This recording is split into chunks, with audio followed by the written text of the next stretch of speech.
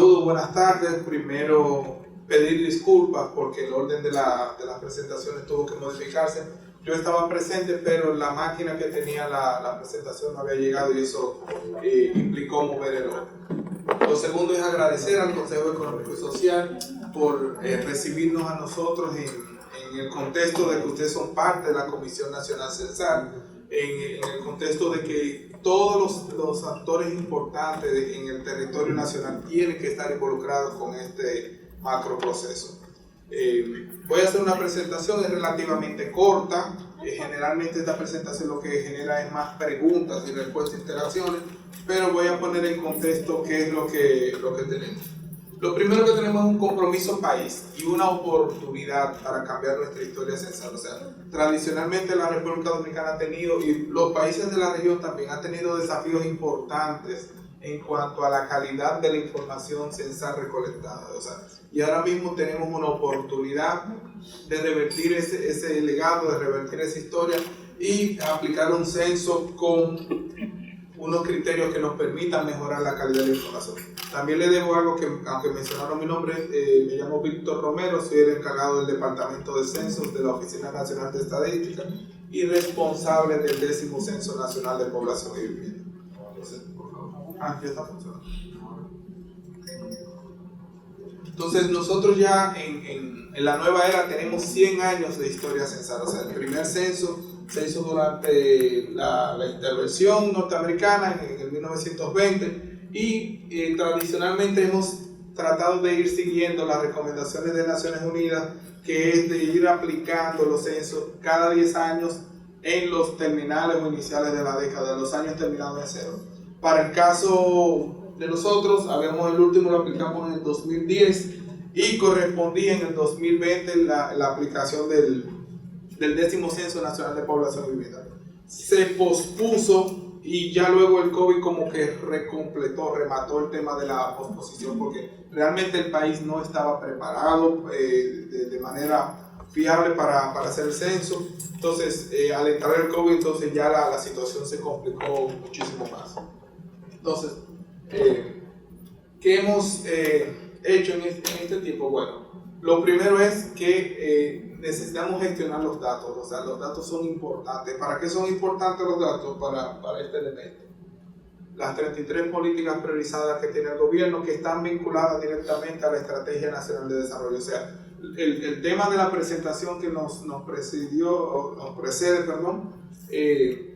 es intrínsecamente relacionado con el censo, porque es la base de datos y la línea base para medir o para continuar midiendo todos los indicadores de desarrollo sostenible y todos los indicadores de la Estrategia Nacional de Desarrollo tienen algún componente vinculado con el censo. Entonces, ¿qué se requiere? Bueno, lo siguiente. Los censos se miden de la siguiente forma: la prontitud con que se ejecuta, la oportunidad donde se ejecuta, la oportunidad de la entrega de los datos. O sea, no hacemos un buen servicio a la nación cuando recopilamos una información y la tenemos disponible a los 3 o 4 años, porque el momentum va pasando y la oportunidad del dato va variando y lo que se puede hacer con ese dato también se va disminuyendo. Y por último, que tenga una buena cobertura. Y nosotros hemos fallado como país en esos dos últimos aspectos.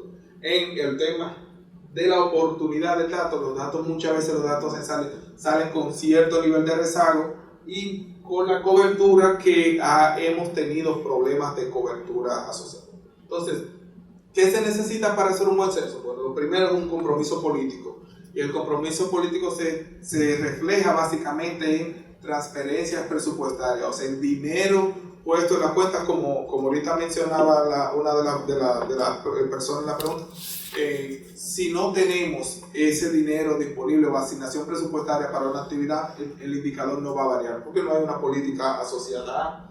Entonces, un equipo competente, o sea, se necesita personal entregado a tiempo completo para hacer los trabajos con las expertise necesarias para hacer eso. Apoyo internacional. Los censos no se ejecutan solos por varias razones. Primero, se siguen lineamientos y recomendaciones para la ronda, y que los países, como es una actividad tan esporádica, generalmente no tienen recursos permanentes disponibles para eso. O sea, los departamentos de censo en los distintos institutos nacionales de estadística y oficinas nacionales de estadística generalmente fluctúan bastante, o sea, porque es una actividad que se ejecuta muy esporádicamente, entonces gente especializada son muy pocos y prácticamente se empieza de cero en cada uno de los procesos, y eso, por ende, hay organismos que se dedican a esta parte del apoyo internacional.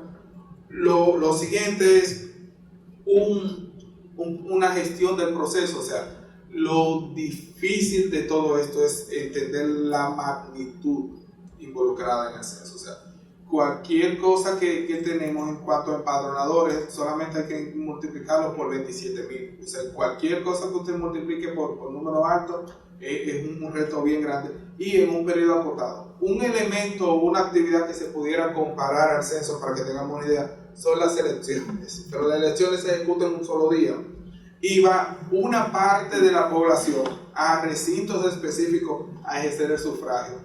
El censo es para el universo de la población residente en un territorio y tiene que ir una pequeñísima parte, vivienda por vivienda, a registrarlo, y para poco 14 días para hacer el proceso, o sea que es un proceso desgastante. Entonces, o sea, y no son personas especializadas en los temas, sino que hay que reclutarlo y formarlo para los fines. Y por último, en ese sentido, una sociedad convencida de que es positivo. O sea, cuando nosotros tenemos una campaña asociando al censo con desinformaciones que va a ser utilizado para X o Y situación que no es la realidad del censo, y la sociedad no ha entendido que esto es una inversión pública que lo que permite canalizar, orientar las iniciativas públicas como las privadas, ejercerse. En el caso de las privadas es muy fácil de determinar. O sea, yo como grupo empresarial X no puedo montar un supermercado para 10,000 personas en una comunidad con 300 personas. Y eso, claro, hay un dato que a priori visual uno lo perfila, pero, por ejemplo, yo no sé cuál es la población de la 27 hacia abajo, en este cuadrante, Lincoln, Churchill, 27, Malecón, no se sabe.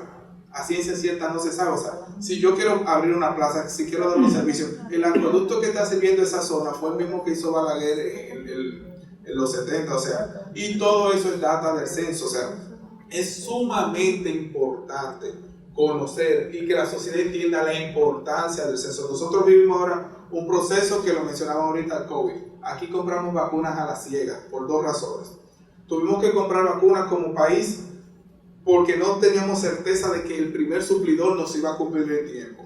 Eso es lo primero. Pero cuando se hicieron las distintas órdenes de compra, no sabíamos a qué población atender. Si la vacuna era solamente para los mayores de edad, no sabíamos cuántos mayores de edad tenemos. Podemos tener un perfil, podemos tener quizás unas proyecciones de poblaciones, pero en una base incierta y ya bastante vieja. O sea, es importante tener datos frescos del censo. Entonces nosotros teníamos listos y verificados las 3 primeras, pero las 2 últimas son las que nos han costado. Porque el tema de gestión del proceso, por toda la burocracia estatal que hay, o sea, el sistema estatal de control y de fiscalización y de compra no está diseñado para un proceso como es el censo. O sea, la vorágine que implica el censo, los tiempos del censo no pueden seguir el mismo ritmo de cualquier actividad normal, porque pensando que lo primero que se hace es definir una fecha inamovible en el sentido general, y en función de eso ir ejecutando procesos de licitación, ejecutando procesos de compra, y todo eso sabemos las implicaciones que hay cuando queda desierto, cuando no hay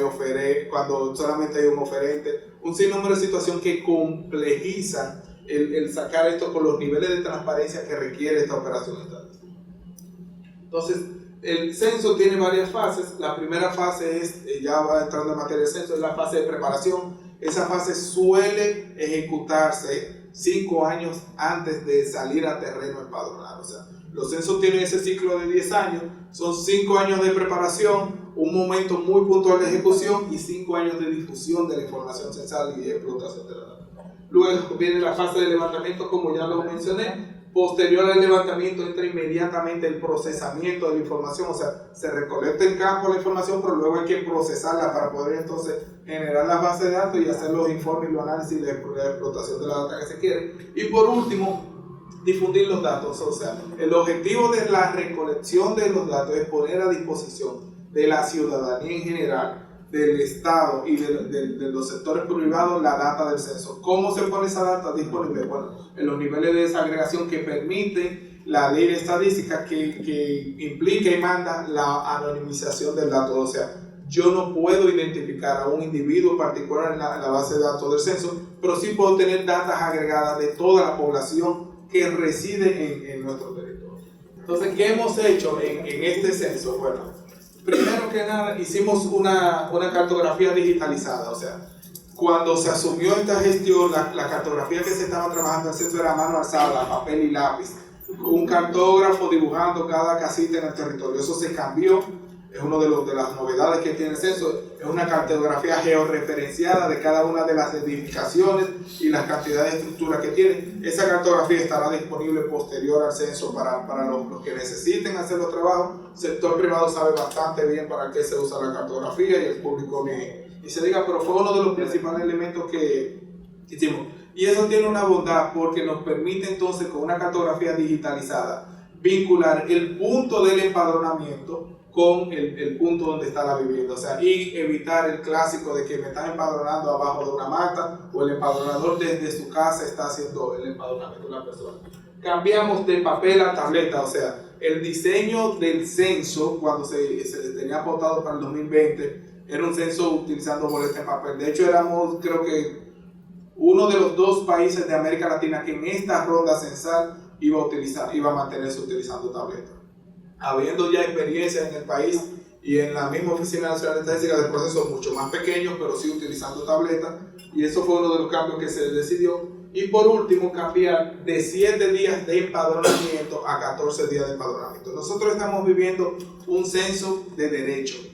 Hay 2 tipos de censo. Hay un censo de hecho, que es el que recordamos todos nosotros desde el 2000 hacia abajo, que eran censos cortos, 3 días, 2 días, 1 día, en los cuales inclusive se dictaba toque de queda para que las personas se quedaran en el lugar, porque lo que se preguntaba era sobre todas las personas que habían dormido en la vivienda la noche anterior.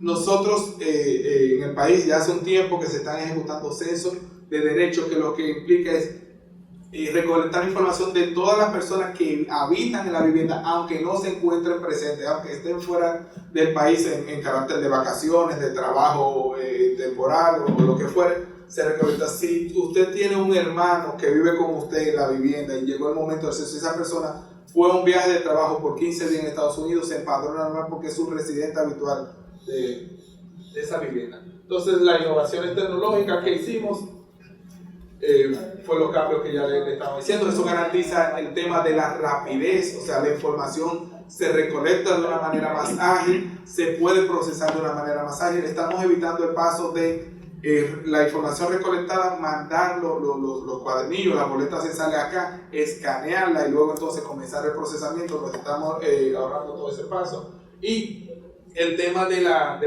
ciberseguridad involucrada. Estamos trabajando con los organismos del Estado en temas de ciberseguridad, porque es importante resguardar la data recolectada. La información se mantiene anonimizada y encriptada cuando se está transfiriendo desde el empadronador al supervisor y a los servidores que tenemos disponibles. Uno de los grandes problemas que ha tenido o que tuvo el censo anterior fue un tema reputacional asociado al pago. O sea, todavía se recuerda que hubo personas que tuvieron problemas con el pago, que no pudieron cobrar, y eso se dio por varias razones. Uno, por el hecho de estar trabajando manual, es un proceso masivo tan grande. Cuando en el diseño del empadronamiento en 7 días íbamos a requerir 67,000 personas en terreno. Entonces, a mayor cantidad de días, menos personas requiero para hacer la misma actividad. Entonces, esa fue una de las razones por las cuales ampliarlo también, que como son dispositivos de un uso corto, porque vamos a utilizarlo básicamente para un proceso, luego se van a distribuir entre otras instituciones, pero el uso para el cual se está contratando en sí era importante reducir la cantidad de dispositivos a hacerlo, aparte de que por la misma crisis de los contenedores y la misma crisis de los microprocesadores no se tenía garantía de conseguir la disponibilidad de equipo que se estaría requiriendo. Entonces, ¿qué ha pasado con eso? Nosotros tenemos una plataforma en la cual las personas se registren. Lo que se busca es poder primero comenzar el registro como Dios manda, a través de una cédula. No una persona poniendo un nombre, después una cédula, y después que no se digita. Primero usted pone su cédula y eso trae su nombre, se valida que es usted, se autentifica, y ya luego entonces en función de eso entonces podemos ir generándole la plataforma, haciéndole los cruces con la Procuraduría General de la República para buscar temas de antecedentes o no antecedentes penales, cruzar con el Ministerio de Administración Pública a ver si es un colaborador del Estado o no, o es un pensionado y está en una nómina. O sea, estamos depurando lo más que se pueda el personal para evitar errores para el tema del pago y evitar que Víctor Romero comience el proceso, se genere la nómina a nombre de Víctor Romero, deserte, entonces don Rafael Toribio continúa y ejecuta el trabajo y me sale el pago a mí y don Rafael queda enganchado y ya el presupuestariamente ya se ejecutó, pero el que terminó empadronando era don Rafael y sin embargo el pago me salió a mí, que fue la primera persona. Entonces con estos controles nos permiten hacer eso. Entonces, bueno, ahí está. Uno de los elementos que hemos también incorporado nuevo en cuanto a las variables, que eso es importante saber, en la ronda censal que se está ejecutando en la región, lo que se está buscando es comenzar a vincular los registros administrativos con los censos de población y vivienda. O sea, la tendencia es ir utilizando el registro administrativo, pero hay que tener una buena base. Y para poder hacer eso, en esta ocasión hemos incorporado la recolección del número de cédula de las personas y el NUI, que es el número único de identidad que tienen los niños, para poder ir vinculando los datos censales a los registros administrativos y poder entonces mantener vivo y con mayor tiempo de vigencia la data censal. Eso es importante, una incorporación nueva. Lo estamos haciendo en gran parte para ir creando el precedente, porque ahora mucha gente va a decir, eso nunca se ha preguntado en un censo, en la región lo estamos comenzando a preguntar. Eso presenta dificultad en los estratos sociales cuarto y quinto quintil, los más altos. Los estratos más bajos están acostumbrados a dar esa información al gobierno, y los quintiles más elevados somos los más renuentes, pero somos los que el gobierno tiene más controlado. Todos tenemos una cuenta bancaria y por ahí toda la transacción a vida y por haber del mundo, a pesar del secreto bancario, se tiene conocimiento de todo eso. Entonces tenemos un cuestionario digital, como ya le hablamos, y tiene las siguientes secciones. Tiene una que es sobre la ubicación geográfica de la vivienda, tiene las características de las viviendas, se identifica el hogar, o sea, quiénes son los miembros que componen el hogar, y las características de esos miembros, y quiénes quiénes son residentes habituales del hogar. Para los fines de este censo se está considerando una persona que tiene 6 meses o más habitando el hogar, o aunque acaba de llegar al hogar, tiene la intención de quedarse por ese tiempo.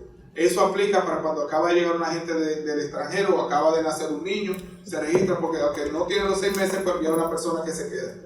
También eso aplica para recintos y hogares institucionalizados, o sea, para las cárceles, los orfanatos, los asilos. También aplica el mismo criterio, que esas son viviendas colectivas con las que vamos a trabajar.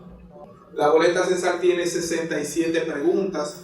No a todos los miembros le aplican esa cantidad de preguntas porque está diferenciado. Hay ciertos grupos de edad y por sexo que se van diferenciando algunas de las preguntas. Está dentro del promedio de la región, o sea, el tamaño que tiene está dentro de lo que se aplica. La duración de la aplicación del instrumento es de 27-28 minutos en promedio que se está ejecutando la boleta. Y han sido actualizados los siguientes temas en la boleta censal. Uno es la fuente de abastecimiento de agua, o sea, se mejoró la calidad de la pregunta y lo que se está recolectando. La actividad agropecuaria, se pregunta sobre la presencia o no de miembros del hogar con agropecuaria, porque uno de los compromisos que tenemos como país y las deudas que tenemos con el país es que desde el 82 no se hace un censo agropecuario. Y esto da una especie de marco muestral para el diseño de un censo agropecuario y necesitaríamos eso como insumo. Se pregunta sobre la discapacidad y la funcionalidad. Eso según el grupo de Washington, los criterios del grupo de Washington para los temas de discapacidad, en la misma batería de preguntas. Y fue mejorado en los aspectos de fecundidad porque se estaba preguntando los aspectos de fecundidad de los 15 años en adelante y bajamos a 12 años porque es una realidad país, o sea, no estábamos reflejando algunos datos que sí eran de vital importancia. Hablamos también sobre el drenaje, sobre el uso de las TIC, la tecnología de información es una variable que se incorporó nueva porque la pandemia nos evidenció primero que la brecha digital es muy marcada y en función de eso tenemos que ir cubriendo esa parte. Tenemos sobre la emigración internacional, se incluyeron esa pregunta, sobre la mortalidad asociada al COVID, o sea, si en algunos lugares han tenido fallecimientos asociados al COVID, o sea, en esta coyuntura había que preguntar sobre esos aspectos. Hay una pregunta incluida sobre la autoidentificación racial y por último la presencia del padre o la madre de los niños menores en el hogar, o sea, para determinar cuáles niños o niñas viven sin sus padres en el hogar o solo con uno de los padres. ¿Qué significa la autoidentificación racial? Nosotros hemos ejecutado hasta la fecha, por lo menos la nueva modalidad con dispositivos, 2 pruebas censales. Una la hicimos en Maimón y otra la ejecutamos en Nizao. ¿Qué se busca en esa prueba? Bueno, primero ensayar los procedimientos y los protocolos, probar los sistemas, verificar que la estructura operativa que se ha diseñado esté en cumplimiento y testear el flujo inclusive hasta de reclutamiento, cómo van las personas. Nosotros tenemos un formulario de reclutamiento, estamos necesitando en aula para capacitar 50,000 personas y en el formulario ya tenemos registrados 190,000 personas, o sea, la gran tarea de nosotros ahora mismo es depurar de esas personas del formulario y que sean de los territorios, en cada uno de los territorios, porque el censo se aplica con personas que vivan en la localidad. Sabemos que hay algunos sitios que no se puede lograr eso porque no tenemos el capital humano suficiente o el capital humano interesado para participar. O sea, en pleno centro de la ciudad, Piantini, Serrayes, es probable que no tengamos gente de esa zona interesada en trabajar en censo. Entonces, tenemos que mover de algunos barrios periféricos para poder entonces cubrir con esa necesidad. Entonces, ¿cómo nos estamos organizando? Y ahí viene la parte del primer decreto que conforma esta parte, es el decreto 607-21, en el cual crea el sistema de gobernanza del censo. Y tenemos entonces todo lo que es la Comisión Nacional Censal, la crea. Aquí ustedes son parte de lo que, como explicaba el presidente, el señor Rafael Toribio, son parte del Consejo Económico y Social, es parte de la Comisión Nacional Censal. Tenemos todos los ministerios, lo coordina el MEPIP y la Oficina Nacional de Estadística es la entidad ejecutora del proceso. ¿Qué se busca de esta Comisión Nacional Censal? Bueno, el censo, hacer una actividad tan esporádica, no cuenta con todos los recursos ni la logística necesaria para ejecutar el operativo. Entonces, estas entidades tienen que apoyar en sus áreas de expertise y en sus áreas de acción, las sectoriales, para conseguir los recursos de transporte, recursos de seguridad, recursos de locales para el resguardo de los materiales locales para las aulas de capacitación, combustible también, inclusive personal para acompañamiento en algunas zonas. O sea, esas entidades van articulando en sentido general con la Oficina Nacional de Estadística, en algunas ocasiones bilateral, en otros multilateral, para ir consiguiendo todos los requerimientos que necesita el 10º Censo Nacional de Población y Vivienda. Con la mayoría de esas entidades hemos estado articulando arduamente, fuertemente, gestionando los espacios, gestionando los locales, gestionando los recursos que van a ser utilizados en el censo. Entonces hay otro decreto que es el 420-22, que fue emitido recientemente el mes pasado, que lo que manda es, ya fija la fecha de ejecución del censo, y esa fecha es del 10 de noviembre al 23 de noviembre. Esos 14 días vamos a estar en la fase de empadronamiento. Ahora, para lograr ese empadronamiento se requiere una capacitación, se requiere una logística, se requiere un sinnúmero de elementos. Por ende, hace mucho tiempo que ya nosotros estamos inmersos en esa rueda del censo. En ese lanzamiento estuvo presente el presidente de la República, se le estuvo mostrando el tema de los dispositivos que se están utilizando para el empadronamiento.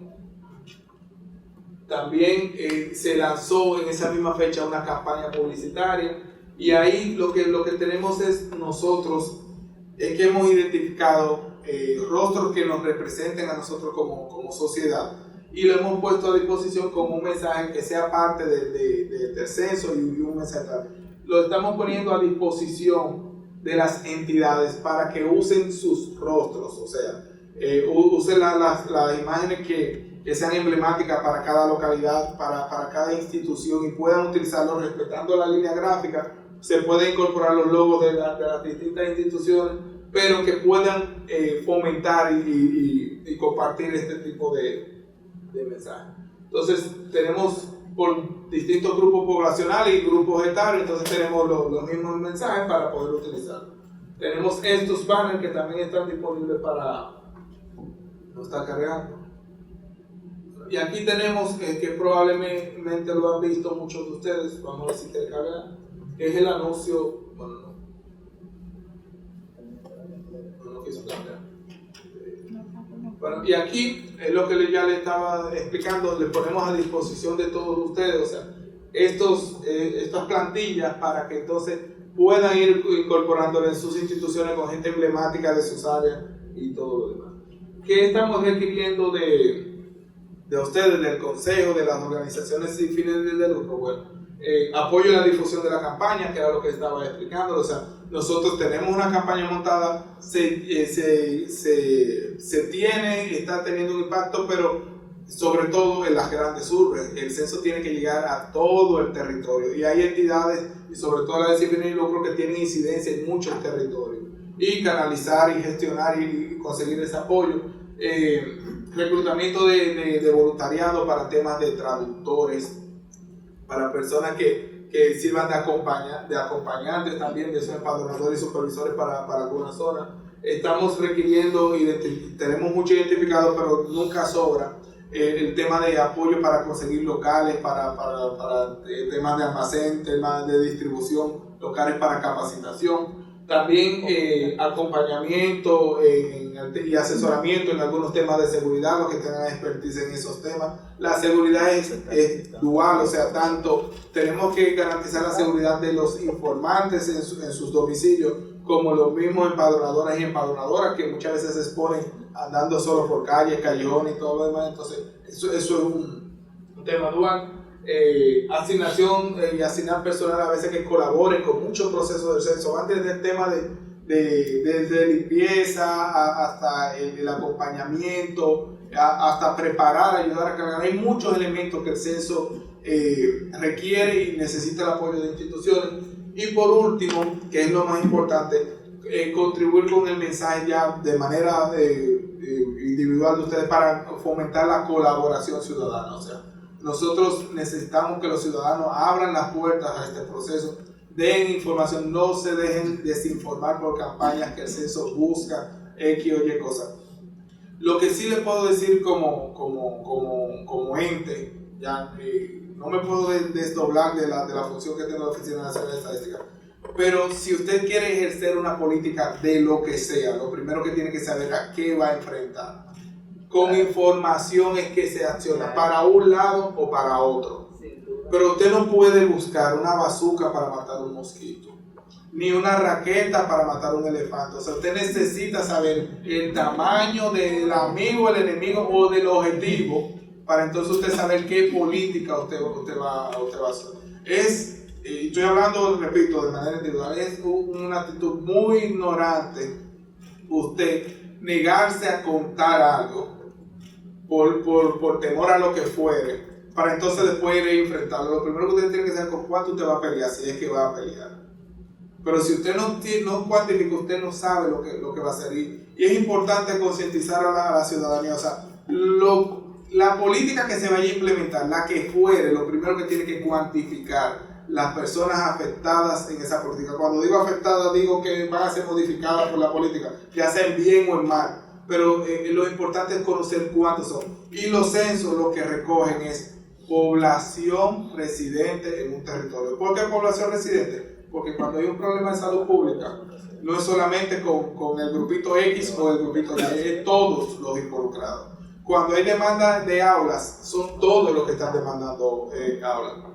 Cuando hay un indicador que calcular es en base a todo, no en base a una cosa. ¿Por qué nosotros tenemos indicadores de mortalidad materno-infantil bajísimos como de países con mucho menor nivel de desarrollo que nosotros? Porque estamos recibiendo una presión de personas que van a atenderse a algunos sitios, pero eso no lo tenemos cuantificado. Simplemente los indicadores siguen reflejando los malos.